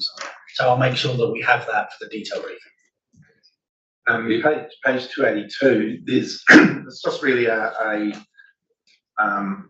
comment is that under the policy and planning, the forecast is lower because of availability of e-resources, and it was really just a comment. We're really about being respectful of the fact that we often ask iwi, and many people are overcommitted within iwi, and so just being respectful of what we demand. And easier said than done, I know, but it's just headspace stuff. And then finally, just a concern on page 285 about our investment yields of 4.3%, which basically means that we're losing money in real terms, doesn't it? I think we had this conversation, didn't we, before the meeting about the averages of investment decisions and borrowing decisions that we take. So we're always looking to take a low position on borrowing, of course, and a high position on investments when those decisions are taken, like today for the refinancing conversation we've had. So these averages that show a 2 to 3% borrowing average is lower than our average investment position, but of course we are subject to the markets and market volatility just like any other organisation. So we seek to maximise the difference between the two wherever we can, based on the timing of our investments coming up or our refinancing our borrowing. But like any other organisation, the market will dictate what rates are available. So this is a function of us being responsible and cautious in our investment approach. Yes, I would say that we take a cautious approach to investments over the longer term. But one example you had with refinancing today, it makes sense to take short-term borrowing because it's very uncertain what's going to happen in the next year or two. So we do take a longer-term picture, but when necessary, we might take a short-term position on something because it is so uncertain. Thank you. Question from me, Matt, in terms of the treasury position, where does the Kanoa funding for the Ringiuru interchange sit? Because it's not consolidated into here. Is it a drawdown when it is required? Yeah, when and if required. So the funding to Quayside and the borrowing through the regional council will happen when the funding is required. So they tell us, and then we borrow it from LGFA and pass it on. Okay. Anything else? Well, we have a resolution. Moved, Councillor Scott. Councillor Von Duddleton. All those in favour say aye. Against, carried. Thank you. 9.11. Welcome, Mr. Barstow. And with you, we have Stephen, Nicola, and Richard, do we?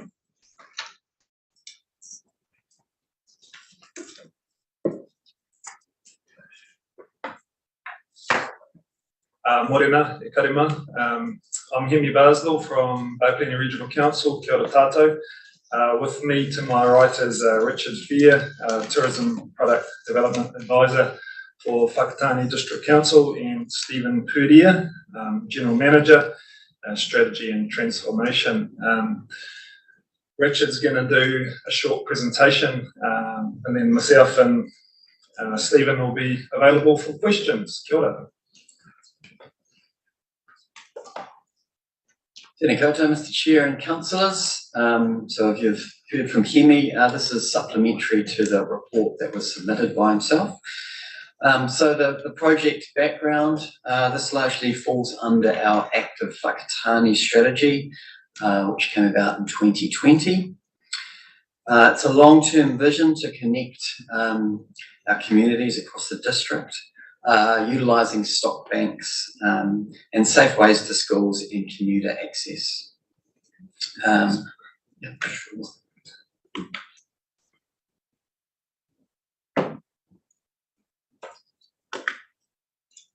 Yeah.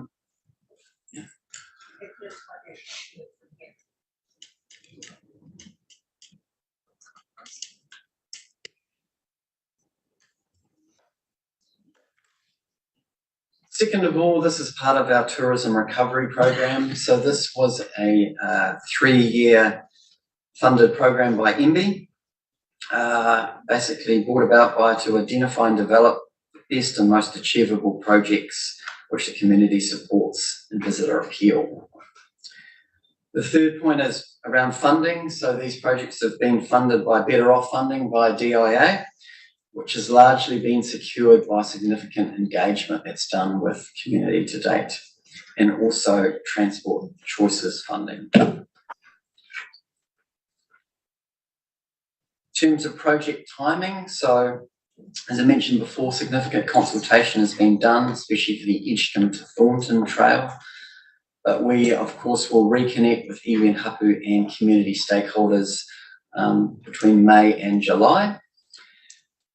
Final design completed in July 2023, and our intention is to start in spring of this year as well. So just touch largely on trail benefits for cycling. Many of you are aware of these already. Key ones identified by Waka Kotahi are more livable towns and cities, improved conditions for travelling within towns and cities, stronger local economies, less impact on the environment, and healthier and more productive people. Yeah, sure, we can. One more, thanks.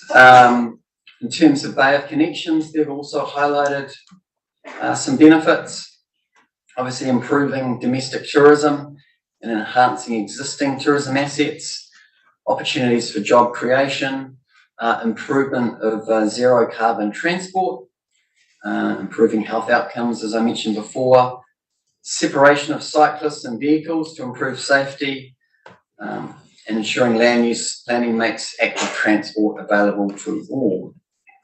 And lastly, partnering with iwi and hapu and other landowners to understand the implications and unlock the benefits of the regional cycle trail. These things. And then lastly, this just gives you a little bit of an overview of some of the other benefits that have been experienced by some of the great rides. And it's really broken down into 4 pillars there: natural capital, financial capital, human capital, and social capital. On the natural capital, we can see 51% of users say that they appreciate the natural environment more. There have been significant opportunities to plant trees alongside these trails, and 128 kilometres of waterways have been fenced by trail managers. On the financial capital there, you can see 15% increase in visitor nights and visitor spend by 31%. And almost 1,600 businesses have been involved with these great rides right across the country. In terms of human capital, 56% of users say their sense of well-being or mental health has improved. 47% say their physical fitness has improved as well. And lastly, on the social capital, 88% of stakeholders agree that Great Ride is valued by the community and used strongly by both local and tourism So thank you. Questions?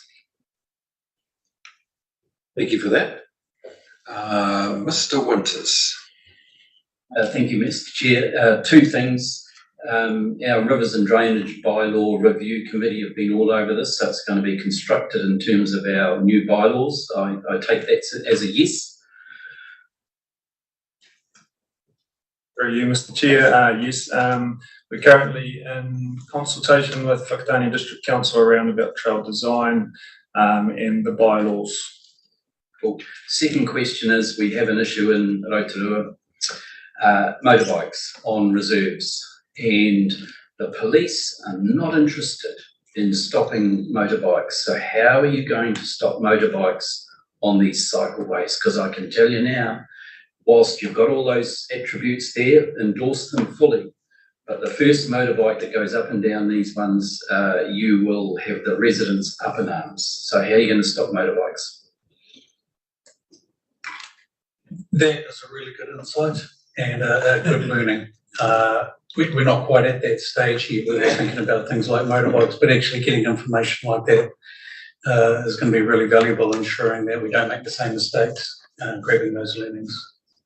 So yeah, it's a really good. So I'll be the first to ride my bike on this when it's open, Mr. Chairman, but just stop those motorbikes. Councillor McMillan, then Crosby. Yeah, I just wanted to congratulate you. I think this is a fantastic project, and wondered if you're, we're just talking about sort of collaboration and, shared services, etc. Which I was just wondering, are you going to take this forward to show as a showcase to other councils around the Motu? I think it's brilliant. Congratulations, and I'm sure it'll be really successful, and I, like Councillor Winters, look forward to riding on it. Through the chair, yes, I can answer that. So as part of this process, we've gone around the country talking to a number of councils about the learnings that they've had along the way, which has greatly helped in our concept designs. And yes, that will be rolled out as part of it. So, yeah. Councillor Crosby. Thanks for the report. Very supportive. Obviously, the CapEx comes from Whakatane District Council through the Better Off funding. There will be some OPEX over time. Who's going to pay for that? Yeah, we're working through the annual plan process, long-term plan process.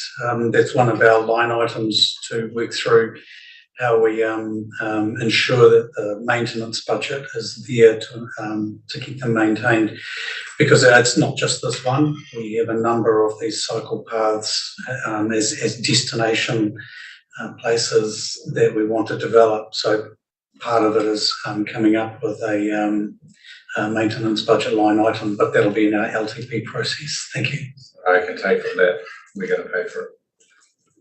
No, that would be a Whakatane District Council cost. I thought you said in our LTP. No, sorry, in our LTP process. My apology. Yeah. If I may, Mr. Chair, that's the sort of thing that will be tied up in the agreement that's referenced in the paper. And we've just started discussing that in detail with Whakatane District Council, so we hope to tie up some of that kind of stuff that Councillor Crosby is raising there through the agreement as well. Thank you, Hemi. Just before I come to Councillor Thompson, a couple of questions from myself. Hemi, how much of these cycleways traverse land that landholders utilise by way of lease? Because my understanding in the Eastern Bay Plenty there's quite a bit, because that will be consultation with the landowners in terms of entry and exit from where the boundary positions are. And whilst that can be covered in terms of structures, and the other one is, I don't think you should underestimate the concern from landowners, both urban and rural, in terms of the privacy nature. And if you look at the issues that we're dealing with now in Riverside Drive, as an example, I think that's a big consideration you need to take into account. The other question I've got here is, our colleagues from Whakatane What happened to, I think it was started, the cycleway from the hub through to Owakiri on the old railway line? Because a lot of that structure still exists in terms of the bridges across the Kopi Canal. And does that not feature in terms of your long-term planning as a destination?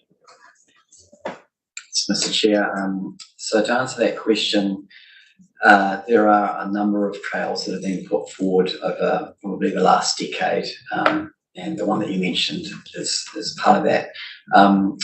Where we had to prioritise trails, really these trails, especially the Edgerton to Thornton Trail, came about because there had been a lot of community engagement to date, and that's basically how we secured the funding for it. So those other trails are part of potentially the wider vision for the district. Emmy, answer to my questions in terms of consultation with landowners, leaseholders. Yes. Yeah, so some of the land is covered by Bay of Plenty Regional Council licensees who graze the land. We have been in consultation with them. They're largely agreeable. There's some work to do there yet, but the plan is to agree variations to their current license agreements. And currently we're not talking about a lot of different licensees. We've got about 4 or 5 licensees in scope. So yeah, we think that's doable. In terms of your question in relation to privacy, yes, good point. So I guess part of the reason for coming today was to notify council of this proposal and this program of work, because there is risk for us in that space that you're raising there.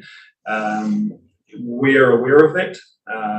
This is a Whakatane District Council project which we're enabling through various ways. Some of the land is in our land, some of it is. But yeah, privacy is going to be something we're going to have to work through. There are some options in terms of shifting the trail. For instance, instead of running along top of the stop bank, the trail can go down on the berm. And for instance, that bit from the Awatapu Lagoon outlet to Trident, that's the current proposal, is most of that will run on berm, which I just learnt this morning. So this stuff is still moving and being developed, and we're in consultation with these guys. But our Rivers and Drainage key concern is accounting for our interests as scheme managers and the integrity of the assets. And we hope to account for that largely through the agreement that's referenced in the paper, but at the end of the day, it will still come down to good faith in relationships as well with and the other one I think you need to be very mindful of is the workplace OSH component of this, because if you're traversing actually a PCBU, then the owner may want some recognition in terms of giving them a guarantee that if something does happen, they won't be the ones holding the can. So, okay, otherwise I think it's a good idea. And if you learn from some of our other regional council colleagues, Hawke's Bay, prior to the last events, have a really good comprehensive network of cycle trails along the top of their stop bank.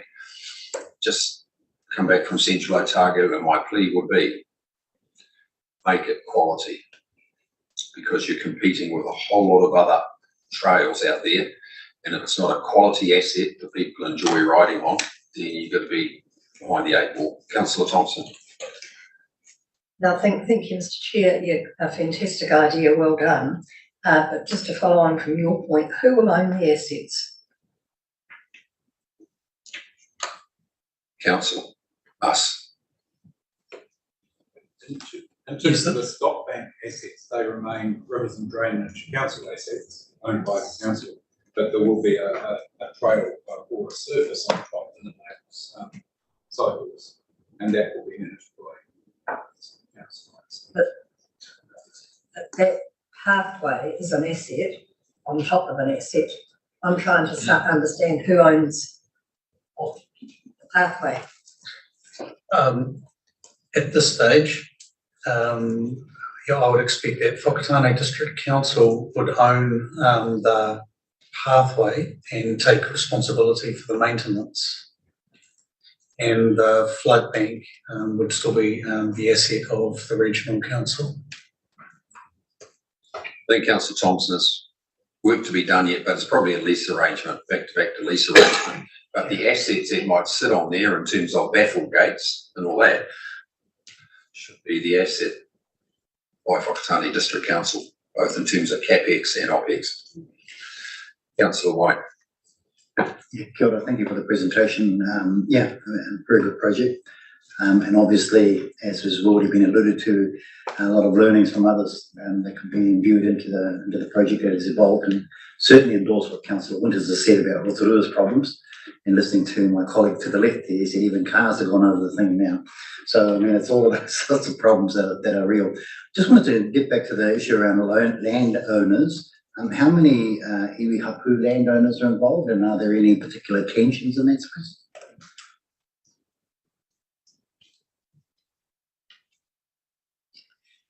Yeah, sure. So we've conducted a survey of all the landowners along the trail, and also there are some Department of Conservation parcels along that particular path as well. And we will continue to engage with them over the next 3 to 4 months to gain more insights about, especially about detailed design and final route selection along the way. There's also Hapu Coalition in the area that we've been engaged with, and this project really sourced from them. They were the ones that were driving it a lot of the way, and we will continue to get their feedback along the way. So just to follow up, it sounds like it's more than just a survey at the moment. You've actually had face-to-face meetings with them. Oh, correct. Yes. Councillor Neese. Thank you. Wonderful initiative. Is there the opportunity for some interpretation panels along the pathway? Because people don't realise the importance of what they're riding on, and quite often don't know what they're looking at. And I just wonder whether there couldn't be a win-win for both the regional council and the district council. Thank you, through the chair. So yes, as part of the project, we've identified cultural content and historical content to be incorporated in the project, and that will be, and also naming of the trail as well. So all of those elements are part of the project plan. If I could suggest that perhaps the regional council has the opportunity to give you some words about the river scheme, so that they know the context along which they're riding. Thank you. Yes, of course. Thank you. Councillor. Thank you, Chair. Look, can I just say congratulations to Whakatane for, number one, getting the sourcing the funding. Number two, it would be great to get people out of Whakatane district, out of Whakatane township, because the world doesn't stop at the end of the Langley Road Bridge like a lot of them do think it is. But can I just make a point about between Henderson Street and Kowhai Street, please? And that stop bank is an issue at present with some of the people, and it's quite a contentious issue. If we can make sure that we can keep that off the top of the stop bank rather than on the top, down below, it will get flooded, but if you put the right rock on there, it'll stay there. And can I just congratulate you, please, about the Te Rahu Canal access way, because that was always a concern when we talked about the rail trail, the cycle trail, sorry. To go along there, it's probably the best option, to be honest, because there are from Te Rahu Road to Oakiri School, a lot of that land where the railway was going along there has been reclaimed by farmers and owners along there, so that's not always the greatest option. But the other thing is comfort stops, very, very important, because owners particularly, and I can tell you now, between Edgecombe and Thornton, will be a bit upset if they find toilet paper or stuff like that on the place. So we just need to make sure that there's those things here.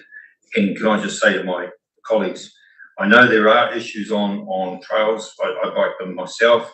Perhaps we don't want nice splash concrete like they have at Rotorua that you can drive your car on, but it's going to be an issue anyway, and let's not stop it because of that. Let's work alongside it. Thank you, Councillor Campbell. Just a final one from me. The Rangatakiawa Trail, is that proposed to be on the western side or the eastern side? Through the chair, so we're still working through various options for that. So mitigating some of the landowner concerns about that. So, yes.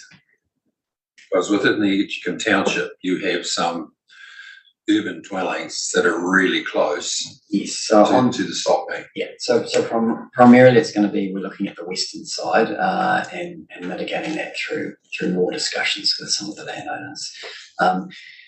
You'll see potentially the scope to go onto the road where if there is issues, we will deviate from the stop bank onto the road and come back when we need to. Okay, thank you. Anything else, councillors? Otherwise, prepared to move, Mr. Campbell. Thank you. I'll second Councillor McMillan. All those in favour say aye. Against, carried. We look forward, Hemi, to the next stage of starting construction. And no doubt you'll be back to us before then with the final agreement between ourselves and Whakatane. Most certainly, Mr. Chair. Look forward to it. Kia ora tātou.